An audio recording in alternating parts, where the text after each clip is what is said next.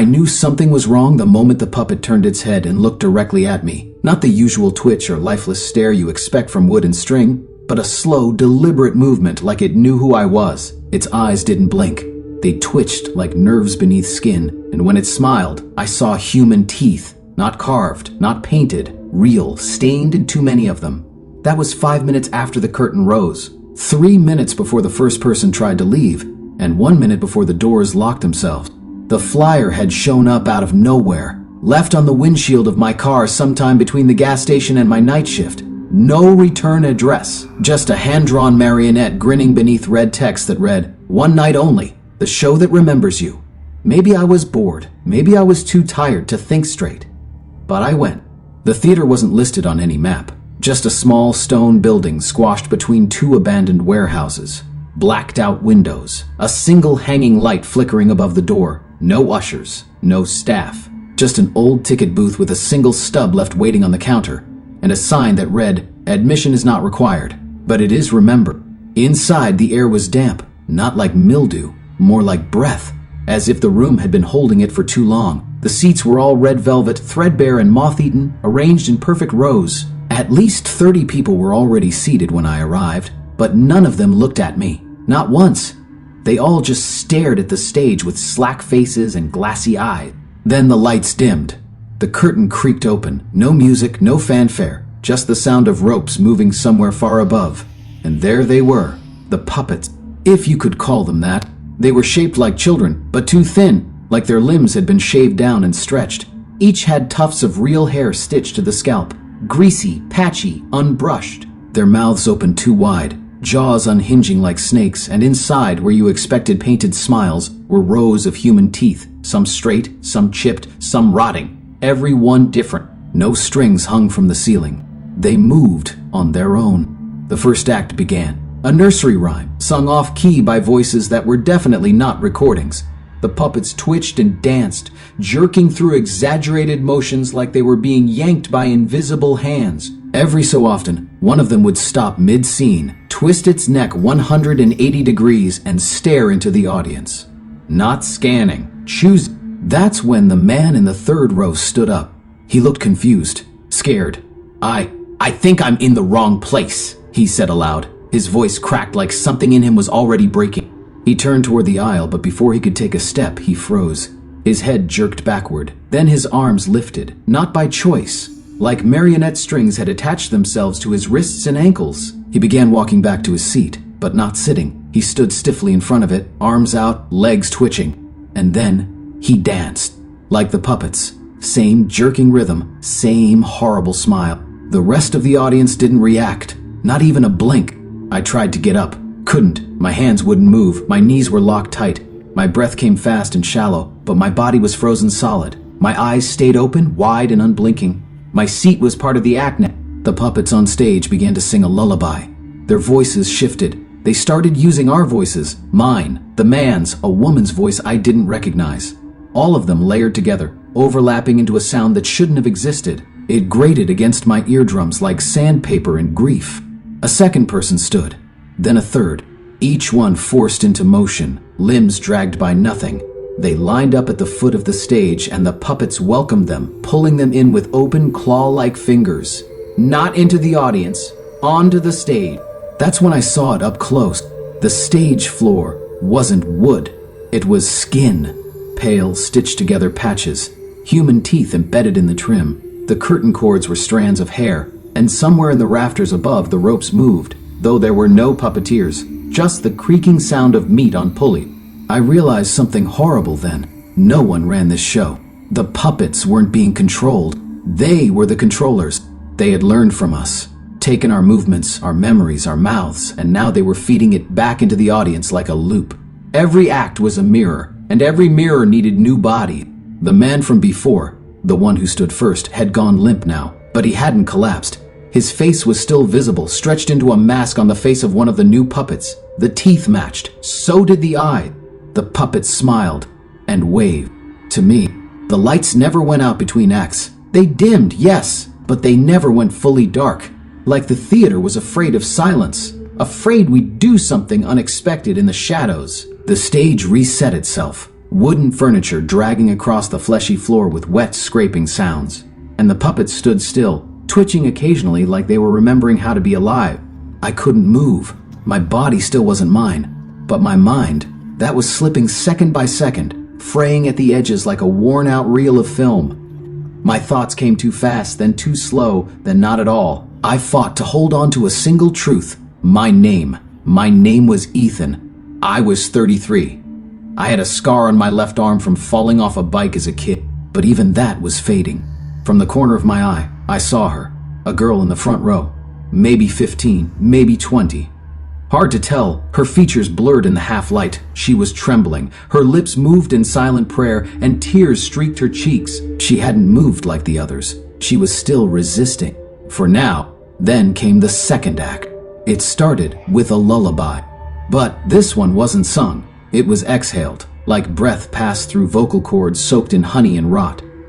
The puppets moved again, now dressed in makeshift costumes stitched from real fabric, real skin, faces embroidered with thread, teeth glued along their collars like jewelry. And then they began to perform us. One puppet crawled across the stage on all fours, twitching and snarling, mimicking the man from before, the first victim. Its face was his now, or what was left of it. The puppet's hands flexed too smoothly, like its joints weren't made of wood anymore. Something beneath the surface shifted as it moved. Tendon? Bone? They had replaced his bones with wires. Another puppet stepped forward. She looked just like the girl from the front row. Identical dress, same necklace, even the scar on her cheek. And she smiled that puppet smile, wide, toothy wrong, and pointed at the girl in the audience. The real girl gasped. Then she screamed, and the second she did, the entire theater responded. The seats pulsed beneath us. I felt mine shift, tighten, warm like flesh. It was holding me, not wood or metal, but sinew and pressure. And when the girl tried to run, her seat grew hands. Long, pale fingers erupted from the cushion and grabbed her ankle. The puppet on stage cackled, voice glitching between laughter and static. I don't know where I found the strength, but I turned my head just barely, enough to see the back of the theater. A door had appeared. A service exit, I think, slightly ajar, a sliver of darkness beyond. I wasn't the only one who saw it. The girl yanked free from the hands, stumbling into the aisle, knocking over a puppet child that had begun crawling between rows. Her foot collided with its face, and it screamed, not in pain, but in rage, a sound like burning wood and metal shearing apart. More puppets dropped from the ceiling. They weren't connected to anything. No strings. They fell like corpses and landed like animals. They moved wrong. Bent backward, snapped forward. Too fast, too eager. The girl ran. But the theater wasn't a theater anymore. The aisles twisted, repeating endlessly. Seats warped into one another. The carpet peeled away like skin, revealing muscle underneath. Walls pulsed. The exit door receded into the distance, farther every time you blinked. She kept running. I couldn't scream, couldn't warn her.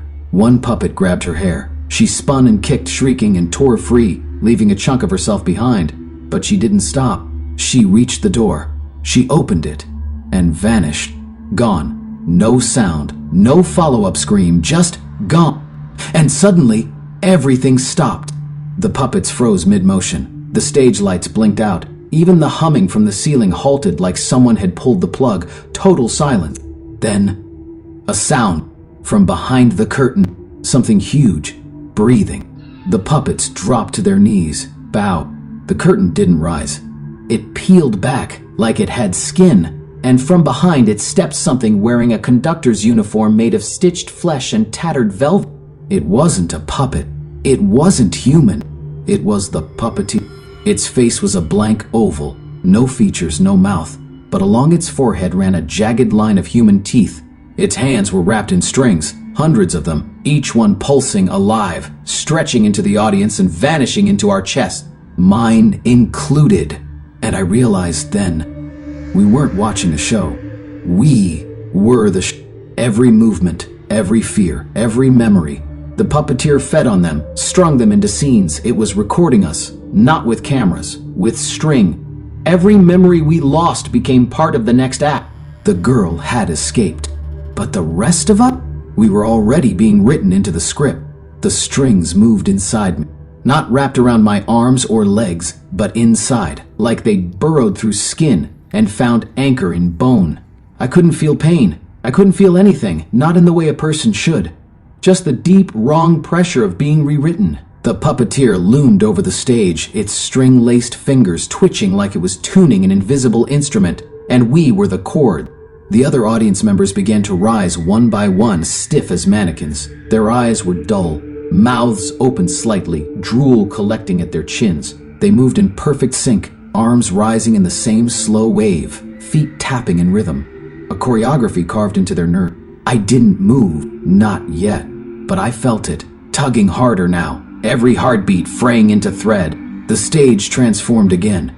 No more fake furniture or sets, just a single spotlight and a red velvet curtain drawn across the back. The puppets gathered at the edges, their faces eerily still, their hands twitching with anticipation. The puppeteer stepped off the stage. It didn't walk. It descended, gravity bending around it like the theater itself wanted to kneel.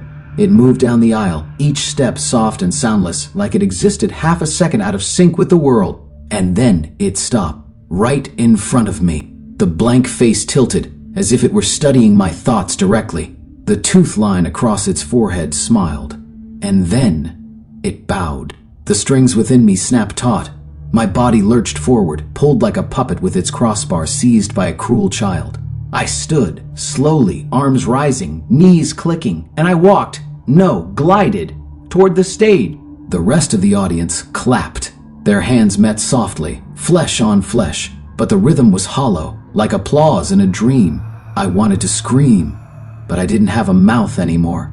The stage floor pulsed with warmth. It welcomed me. It recognized me, and as I stepped into the center spotlight, I felt the last string thread through my spine, up my neck, into the base of my skull. A deep hum filled the air. The puppets bowed to me now. I was the star. The curtain behind me peeled open, not to reveal a backdrop, but to show a vast cavern beyond, stretching into blackness. A pit filled with seats, thousands, millions, all occupied, rows upon rows of us, copies, former performers, locked in place, blank eyes, twitching limbs, waiting for their cue. The show never ended. It only changed actors. A voice crackled in the darkness. Not the puppeteers, not anyone's. It was my own. But not now me, future me. I remember it all, it whispered. Every performance, every night. We are the show. The string jerked hard, and I fell forward. But before I hit the floor, I felt a warmth on my palm. Soft, familiar. The rabbit. Abby's rabbit. I don't know how it got there. Maybe I never let it go. Maybe it came back because something in me refused to forget. And in that moment, clutching it tight, I remembered what she had taught me on the train platform. You don't escape by running. You escape by remembering who you are. My name is Ethan. I was 33. I had a scar on my left arm from a bike.